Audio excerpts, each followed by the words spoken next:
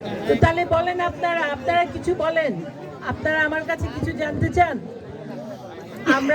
আমি এখানে এসেছি, আপনাদের সঙ্গে আমার ভবিষ্যতে কোনোদিন দেখা হবে কি হবে না আমি জানি না, কিন্তু আমি আপনাদের বলতে এসেছি যে আমরা সব সময় আপনাদের পাশে ছিলাম, আমরা আছি এবং ভবিষ্যতে থাকব। আপনারা আমাদের না নির্বাচিত করলেও আমরা এখান থেকে বাড়ি ঘর হাসপাতাল তুলে নিয়ে যেতে পারবো না, মনটা কিছুটা খারাপ হবে। এবং এই এলাকার আরও বেশি উন্নয়ন করার সুযোগটা যদি আমাদেরকে আপনারা দেন, তাহলে আমি নিশ্চিত যে এই এলাকায় তিস্তায় যে তিস্তা যে নদী ভাঙন, এটার কোনো কিছু করা হবে, রাস্তাঘাট করা হবে, মানুষের ঘরে বিদ্যুৎ দেওয়ার একটা ব্যবস্থা করতে হবে যেখানে নাই, আমাদের এখানে শিক্ষার উপর কাজ করতে হবে, তাই না?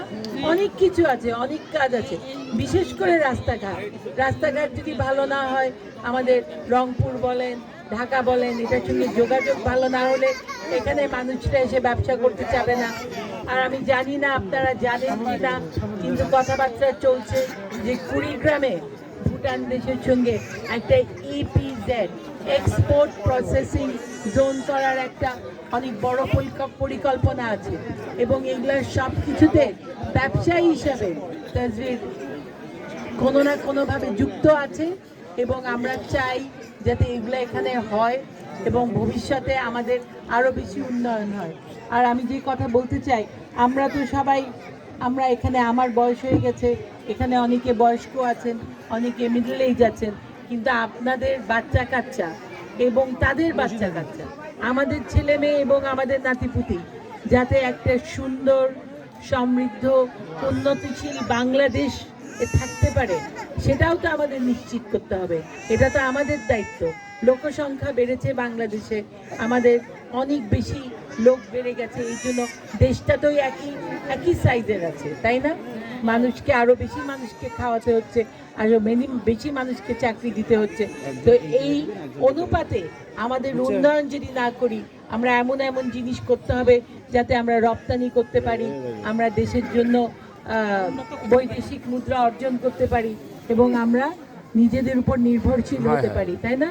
তো আমাদের উন্নতির জন্য, আমাদের উন্নয়নের জন্য আমাদের যা প্রয়োজন এগুলো আমাদের করতে হবে, এবং এইটাই আমাদের বিশ্বাস, এবং এইটাই বাংলাদেশ জাতীয়তাবাদী দল ধানের শীষ, আমাদের নেত্রী বেগম খালেদা জিয়া, উনি আছেন, উনি অত্যন্ত বিচক্ষণ, মহিলাদের উনি সব ধরনের রাইটস ওটাকে উনি দেখেছেন, যারা মহিলারা শিক্ষিত হয়, আমাদের মা বোনেরা তাদের যখন তখন মানুষ আরেকটা বিয়ে করে চলে যাবে, বা কোনো ধরনের নারী নির্যাতন, এগুলা নিয়ে অনেক ধরনের উনি নিয়মাবলী দিয়ে গেছেন, তাই না?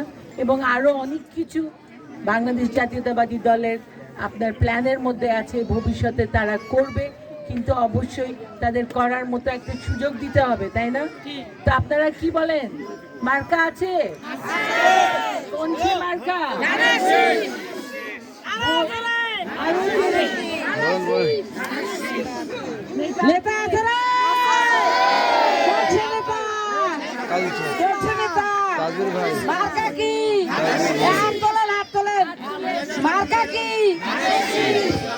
আমি আপনাদেরকে অনেকক্ষণ ধরে, আপনারা বসে আছেন রাতে এত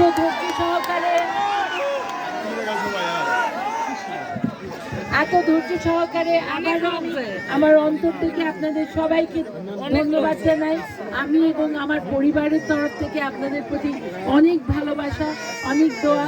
আপনারা যে যেখানে থাকবেন ভালো থাকবেন এবং আমাদের জন্য দোয়া করবেন, আমরা যাতে আপনাদের এই